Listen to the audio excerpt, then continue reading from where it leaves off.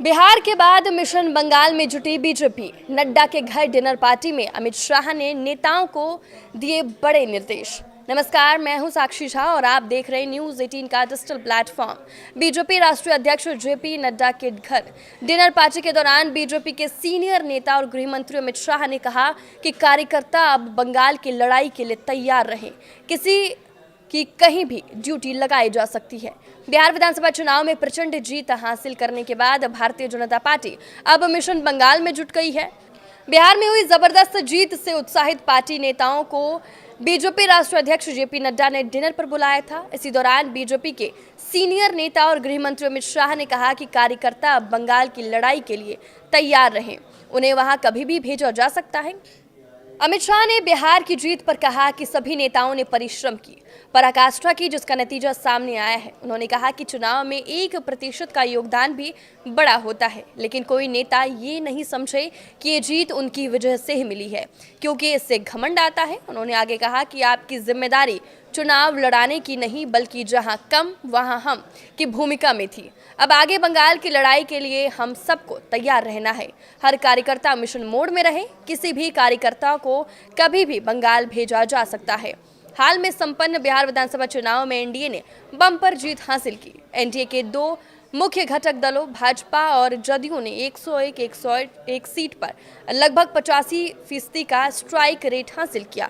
इस गठबंधन ने 200 पार की जीत हासिल की और 3/4 बहुमत हासिल किया, जिसमें भाजपा सबसे बड़ी पार्टी बनकर उभरी। भाजपा ने 2020 की 74 से बढ़कर इस बार 89 सीट जीती, जबकि नीतीश कुमार के जदयू ने 43 से बढ़कर 85 सीट पर सफलता प्राप्त की। बिहार की 243 सदस्यीय विधानसभा में बहुमत का आंकड़ा 122 है। राष्ट्रीय जनता दल यानी कि राजद की सीट संख्या 75 से घटकर 25 हो गई है। वहीं कांग्रेस ने 61 सीट पर चुनाव लड़ा, जिसमें से उसे केवल 6 सीट पर ही जीत मिली, जो उसे पिछली बार मिली 19 सीट से काफी कम है। बिहार में एनडीए की ऐतिहासिक जीत के बाद अब बीजेपी ने पश्चिम बंगाल में सत्ता में आने के लिए रणनीति पर काम करना शुरू कर दिया है। इसके लिए बीजेपी ने अपने ताकतवर नेताओं को झोंकने का फैसला किया है। बिहार की जीत के बाद पार्टी मुख्यालय पर कार्यकर्ताओं को अपने संबोधन में पीएम मोदी ने कहा था कि गंगा जी बिहार से होकर बंगाल तक जाती है। बंगाल जीत बीजेपी का एक बड़ा सपना है। गृह मंत्री अमित शाह ने बतौर बीजेपी अध्यक्ष कहा था कि बीजेपी का उत्कर्ष तब होगा जब वो पश्चिम बंगाल और तमिलनाडु में अपना मुख्यमंत्री बनाएगी। बीजेपी ने पश्चिम बंगाल में मार्च अंत या अप्रैल की शुरुआत में होने वाले विधानसभा चुनाव के लिए पार्टी संगठन को मजबूत करने की दिशा में काम शुरू किया है। वहीं पार्टी ने फिलहाल बिना किसी चेहरे के सामूहिक नेतृत्व और प्रधानमंत्री नरेंद्र मोदी के नाम और काम पर चुनाव लड़ने का फैसला किया है।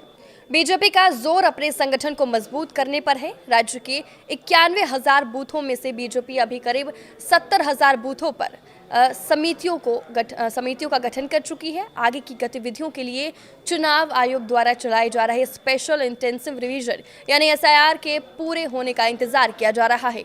माना जा रहा है कि बिहार की ही तरह पश्चिम बंगाल में भी एसआईआर के बाद मतदाता सूचियों का शुद्धिकरण होगा और बड़ी संख्या में मृत मतदाताओं के नामों को हटाया जाएगा। एक बीजेपी नेता के अनुसार लेफ्ट पार्टियां साइंटिफिक रिंगिंग कर राज्य में चुनाव जीतती थी, जिसमें मृतक मतदाताओं के नाम मतदाता सूचियों में शामिल रख उनके नाम पर अपने कार्यकर्ताओं से वोट कराना शामिल था। लेकिन अब एसआईआर के बाद इसमें बड़े पैमाने पर कमी आने की संभावना है। इसके लिए एक बड़ा कदम राज्य बीजेपी नेताओं के आपसी मतभेद दूर करना और राज्य इकाई में अनुशासन कायम करना शामिल है। राज्य नेताओं को बेवजह की बयानबाजी से बचने को कहा गया है।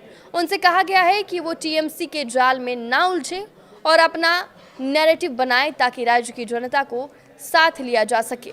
एकजुटता का संदेश देने के लिए राज्य के अलग अलग इलाकों से यात्राएं निकालने पर विचार हो रहा है, जिनकी अगुवाई प्रदेश के वरिष्ठ बीजेपी नेता करेंगे।